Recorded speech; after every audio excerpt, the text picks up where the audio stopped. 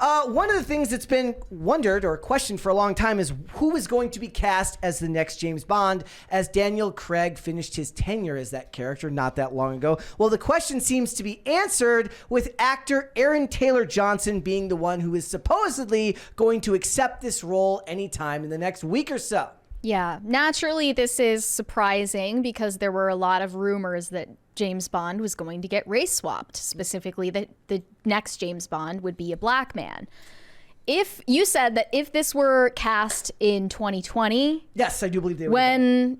When pressures were heightened, the studio probably, almost definitely, would have chosen to race swap James Bond. But that's not what's happening, and he seems like a relatively good choice. I approve. I see people, I see Andrina in the chat says she disapproves of this casting. I approve of this casting. First of all, I would have put any money that Regé-Jean Page would have gotten this role. Perhaps if Bridgerton was coming out with more seasons more regularly, this would have happened. But here's the thing. I make a distinction all the time that there really is a difference between a movie actor and a television actor. Now, some movie actors will do television roles from time to time, especially with the prevalence of limited series these days. But Aaron Taylor-Johnson is an actor's actor. He's a film actor. He's a movie actor, right? So recently he did Tenet. He did the most recent Kingsman movie. He did Bullet Train, which I think is what really won him this role. Tangerine. And then now he's going to be in the upcoming film The Fall Guy, which we're very excited about. He's also going to be playing Kraven in Kraven the Hunter from Sony's Marvel Universe. We won't hold that one against him, most likely. But the point being that he is kind of checked all the right boxes to do this role. And I went through, so there was a couple of different posts that were talking about this, and I wanted to get a good sense, because my first exposure to this guy was as Kick-Ass. And Kick-Ass, he's obviously much younger in that movie. And a guy did like a montage, or somebody did a montage of him at a bunch of red carpets with his various looks. When he cuts his hair short, when he has the beard trimmed, I see it. I see it more than I did initially, because really I think he's one of those actors where I think he benefits heavily from the beard a lot of the time, which likely will not be happening in this movie because it would be a pretty big departure given that most of them don't have beards. But he's got a resume going for this, and I do believe that if this had come out in 2020, that the casting would have been very, very different. But that's why you shouldn't allow current year political issues or current year culture to hamper your decision for a timeless piece of casting. He's also the right age. He might even be, in my opinion, a little on the older side, depending on how long it takes them to actually get the first movie going. Because you said he's 33 now? Yeah, he's 33. Barbara Broccoli said that Barbara Broccoli's in charge of the company, EM Productions, that does this, that does the Bond films. Obviously, Albert Broccoli, the whole production company, right, said that they need to commit to at least 15 years, right? Daniel Craig did Casino Royale in 2006, which means it was probably in production in 2004. Yeah. So he was there for 20 years. So Aaron Taylor-Johnson is going to be nearing his 50s or possibly in his 50s if he takes this role. Yep. By the time that they're done. And I do believe, now here's the thing. Every time James Bond gets brought up, everyone brings up Idris Elba. Okay? I actually made the point, I said, I don't think he's right for Bond, and I'll tell you why. I think he will make a fantastic Bond villain. I think Cillian Murphy will make a fantastic Bond villain, and they should do that for 2 of the next 4 films. Well, I mean, I think that it's important for James Bond to be white, if I'm being entirely honest. And I think most agree with you. I think most people agree with you. 100%. I think that most people get really, when people they might agree with me silently, but they wouldn't come out and say it. When people give the James Bond is just a code name thing, which is how they justify race swapping him. Because James Bond has a lineage. Okay. So when people give the James Bond as a codename thing, I can actively hear everyone groan because it is a bad argument. It's not a good one. Miles Morales is James Bond. He's Miles Morales.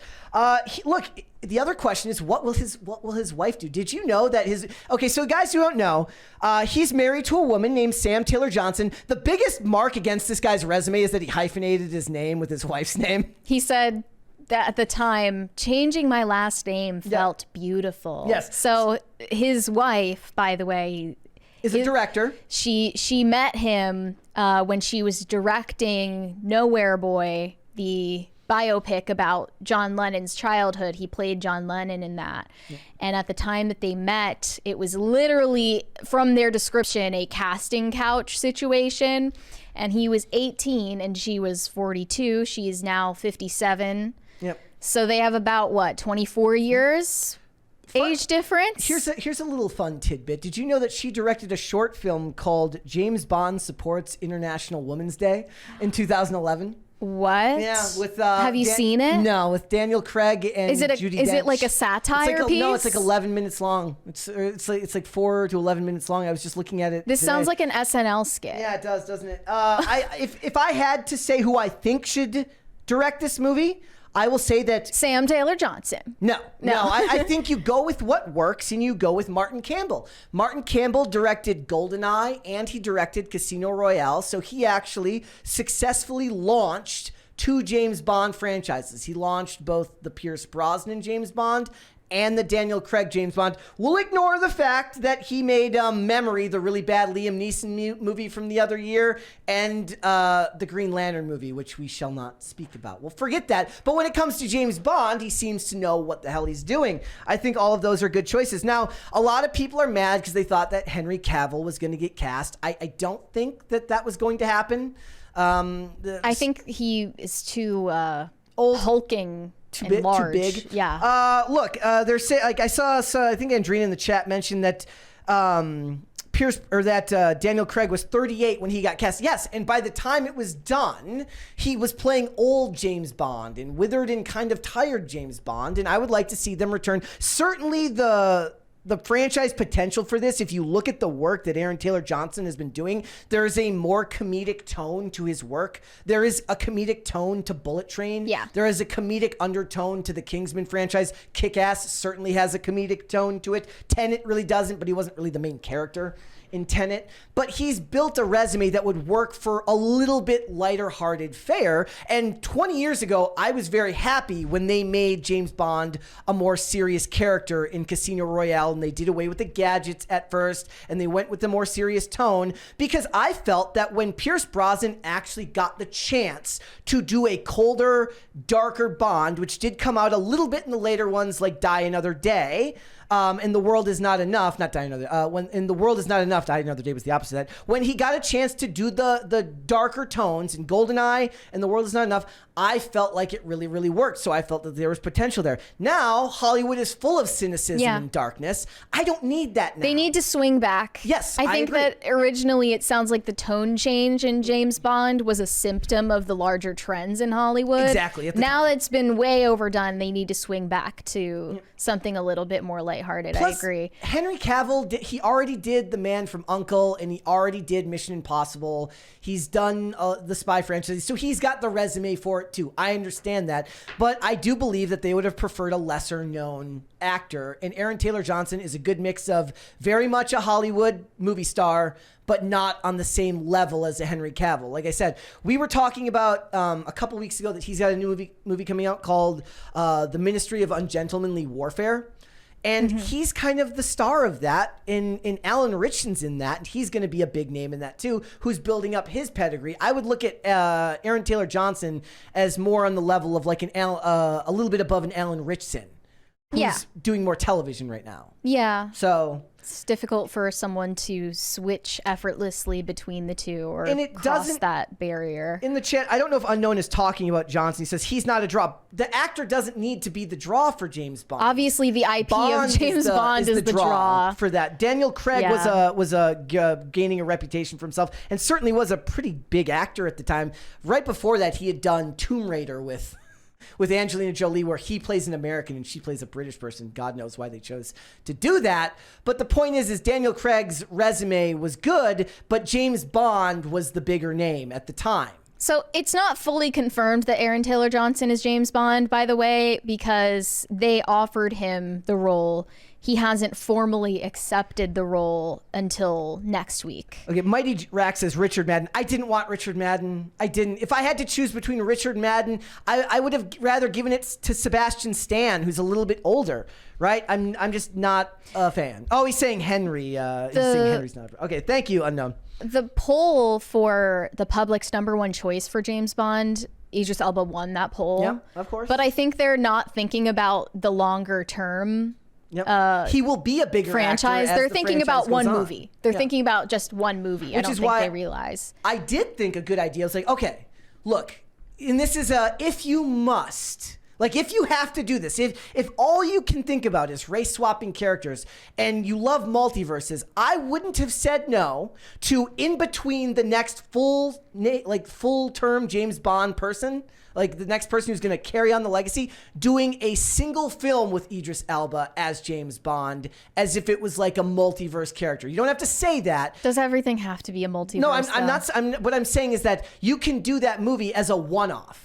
But he's too old to play the guy. He'd be 70 by the time it's done. He's like 50 Obviously, now. it's He'd be like with a walker. Like, it's not like being the president, okay? No. You've got to actually be under retirement age. So I'm just wondering, how old is the Bond girl going to be? Because obviously Aaron Taylor-Johnson prefers them at least 2 decades older. Licensed to cougar. It's going to be great. I can't He needs to find the next cougar Bond girl. Who's it going to be? Ooh, somebody says Meryl Elba. Streep. Somebody's Elba is too old. What about Jessica Alba? She's like in her 40s, or she could be a not Bond old girl. enough. He says that's not old enough for his tastes. They need to be over 50. I guess you could pick J-Lo. they make she wouldn't do, and that's the thing.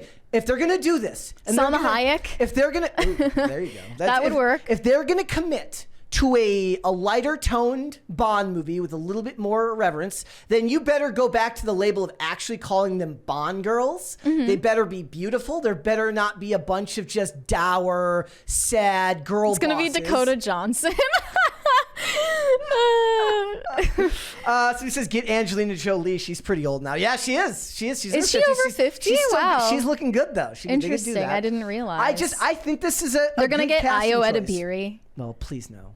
Please no. Look, I can't trust Hollywood casting directors anymore. Look, I don't think that this is a bad casting choice. Again, most of the people did this dude dirty when they posted like the images of him. It's like they went out of their way to find the worst pictures of the actor to show. Do you think they picked pictures of him where he looks older than his real age? I just think most of them, because they showed him with the long hair. They just didn't find photos. Like, I literally had to go up and I looked up Aaron Taylor-Johnson's suit to find pictures of him in like a tux, right, from red carpets. And there's more than enough images out there to show that this dude can play the role. And if you haven't seen Bullet Train, I really, really do recommend going and watching it, because it was a breath of fresh air from great. the rest of the Hollywood direct that was coming out in 2022. Yeah. Thanks for watching. Listen to full episodes of Pop Culture Crisis on Spotify. Keep up with us on social media and make sure you subscribe and ring that bell so you never miss the show. Bye, guys.